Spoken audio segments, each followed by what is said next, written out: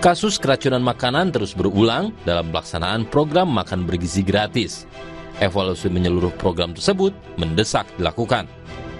Sejak program MBG diluncurkan pada Januari hingga 19 September 2025, tercatat 5.626 anak mengalami keracunan makanan dalam MBG di sejumlah daerah. Angka ini diduga fenomena gunung es karena belum ada sistem pelaporan kasus yang baik. Di Bau-Bau, Sulawesi Tenggara misalnya, pada 16 September 2025, sebanyak 46 siswa keracunan makanan yang kondisinya tak layak dalam MBG. Di Banggai, Sulawesi Tengah, 157 siswa keracunan setelah makan ikan cakalang. Serta di Garut, Jawa Barat, 194 siswa mual dan muntah setelah makan ayam boku dan tempe orek. Jumlah total siswa yang dirawat intensif terus bertambah. Pemerintah pusat menyebut sebagian kasus keracunan terjadi akibat alergi. Tetapi laporan daerah menunjukkan pola kejadian yang konsisten, yakni makanan datang terlambat dan basi, tidak higienis, serta penyajiannya terburu-buru. Selain berbagai kasus keracunan makanan, menu MBG di banyak sekolah juga berupa produk pangan ultraproses dan susu berperisa tinggi. Pemberian makanan ultraproses justru bisa memicu persoalan gizi, yakni obesitas atau kelebihan berat badan yang meningkatkan risiko penyakit tidak menular. Terus terjadinya kasus keracunan menunjukkan sistem pengawasan dan akuntabilitas belum berjalan baik, mulai dari dapur tak layak, inspeksi minim, hingga logistik makanan tak higienis. Sebab tak ada persiapan matang dari aspek regulasi, keamanan pangan, kecukupan gizi, hingga pemantauan. Apalagi belum ada payung hukum dan panduan teknis MBG. Akibatnya, tata kelola program ini tidak jelas, mulai dari koordinasi antar kementerian atau lembaga, relasi antara pemerintah pusat dan pemerintah daerah, hingga pengaturan kerjasama multi pihak termasuk dapur penyedia makanan. Hal ini menjadi ironi karena program yang dirancang untuk meningkatkan status gizi warga malah menimbulkan banyak masalah. Keracunan menyebabkan kegiatan belajar siswa terganggu, masalah kesehatan, serta menimbulkan beban ekonomi bagi masyarakat dan pemerintah daerah. Meski demikian, pemerintah tetap menjalankan program MBG dengan menjadikan insiden-insiden keracunan makanan sebagai bahan evaluasi.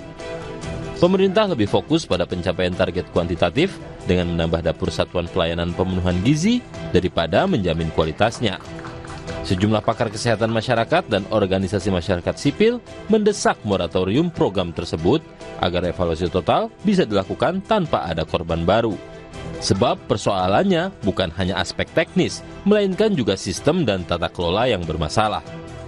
Perbaikan yang dijanjikan pemerintah tanpa menyentuh akar masalah memicu kekhawatiran warga atas berulangnya kejadian keracunan. Pemerintah tidak cukup hanya meminta maaf dan menanggung biaya perawatan korban, tetapi juga mesti memastikan kasus keracunan tidak terulang.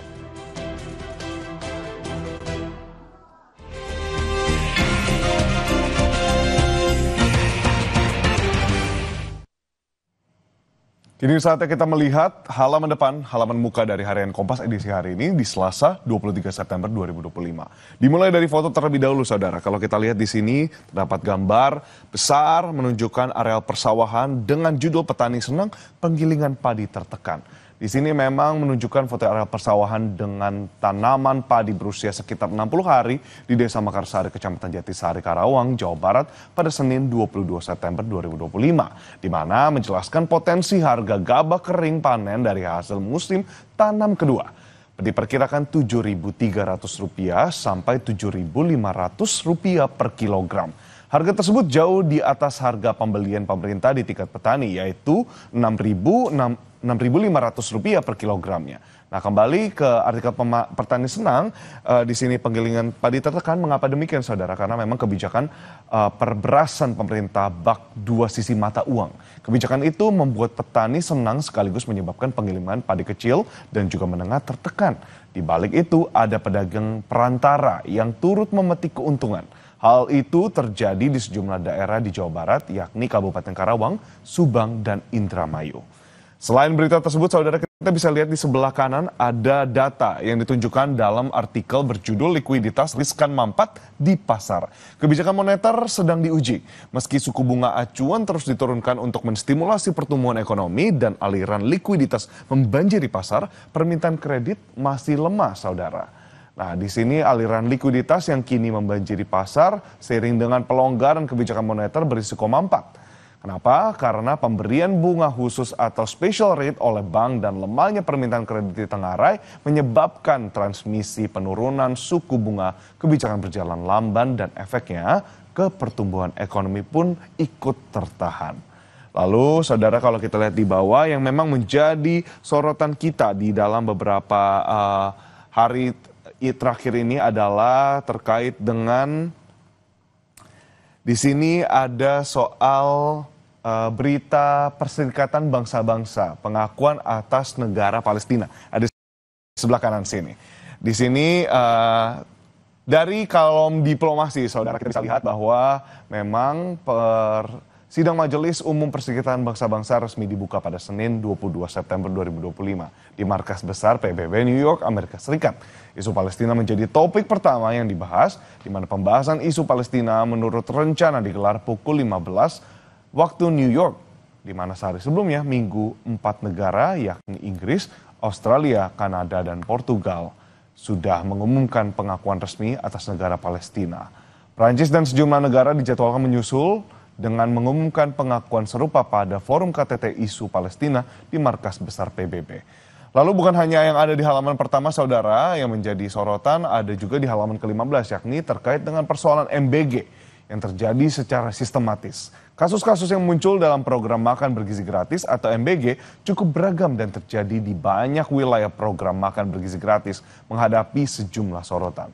Kasus keracunan, pemanfaatan anggaran yang diduga tidak optimal hingga temuan nampan makanan yang terindikasi mengandung minyak babi menunjukkan kompleksnya permasalahan. Masalah muncul tak hanya di satu tempat, hal ini juga harus menjadi sorotan dan membuat sejumlah organisasi masyarakat sipil menilai persoalan dalam program MBG sudah terjadi secara sistematis. Saudara, tadi adalah rentetan berita yang bisa dibaca di Harian Kompas edisi hari ini secara fisik atau secara daring melalui kompas.id.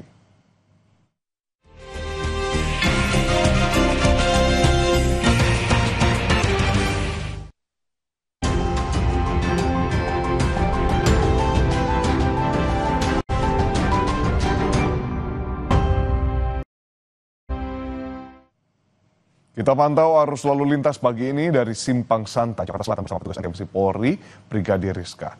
Brigadir Rizka, silakan dengan laporan Anda.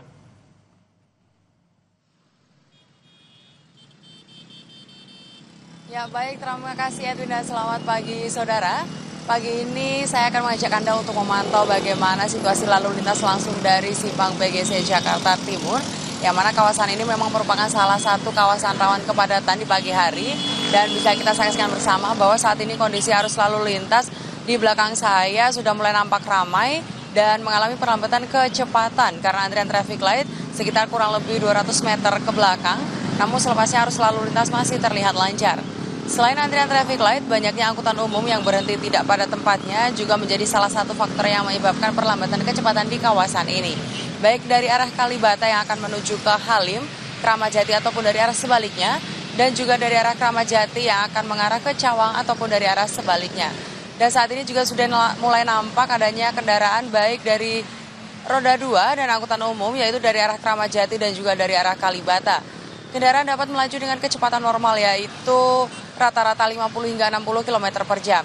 Dan bisa kita saksikan juga bahwa di kawasan ini masih kita temui para pengendara roda 2 khususnya yang tidak berhenti tepat di belakang garis stop maupun melawan arah dan juga tidak menggunakan helm ketika berkendara. Dan juga untuk para orang tua yang mengantarkan anaknya ke sekolah menggunakan sepeda motor, pastikan menggunakan helm ketika berkendara baik orang tua maupun anaknya sehingga sudah tertanam sejak dini untuk mematuhi peraturan lalu lintas demi keselamatan. Dan kami ingatkan juga kepada para pengendara agar tetap bersabar serta berhati-hati bagi Anda yang akan mengarah ke Kramajati maupun arah Cawang dikarenakan adanya aktivitas masyarakat yaitu pasar ataupun pusat perbelanjaan. Dan juga kami ingatkan kepada para pengendara agar selalu mengutamakan pejalan kaki yang menyeberang jalan. Dan perlu kami informasikan juga saudara bahwa berdasarkan data IRSMS dari Korlantas Polri dalam kurun waktu 1 kali 24 jam telah terjadi sebanyak 192 kasus kecelakaan lalu lintas dengan rincian jumlah korban yaitu 4 meninggal dunia, 10 luka berat dan juga 141 luka ringan. Dari 192 kasus kecelakaan tersebut, 77% terjadi pada waktu siang hari yang diakibatkan karena pengendara memacu kendaraan dalam kecepatan tinggi. Untuk itu kami menghimbau selalu kepada pengendara agar memacu kendaraan Anda dalam batas kecepatan normal dan juga tidak menjadikan buru-buru sebagai alasan Anda untuk melakukan pelanggaran lalu lintas demi keselamatan bersama. Untuk informasi lalu lintas terkini tentunya kami juga siap untuk melayani Anda di 15669 atau melalui SMS Enter di 9119. Stop pelanggaran, stop kecelakaan, keselamatan untuk kemanusiaan menuju Indonesia tertib dan salam presisi. Demikian laporan dari Brigadir Rizka langsung dari kawasan Simpang PGC Jakarta Timur. Kembali ke Edwin, silahkan. Terima kasih banyak atas laporan Anda, Brigadir Rizka. Selamat bertugas kembali.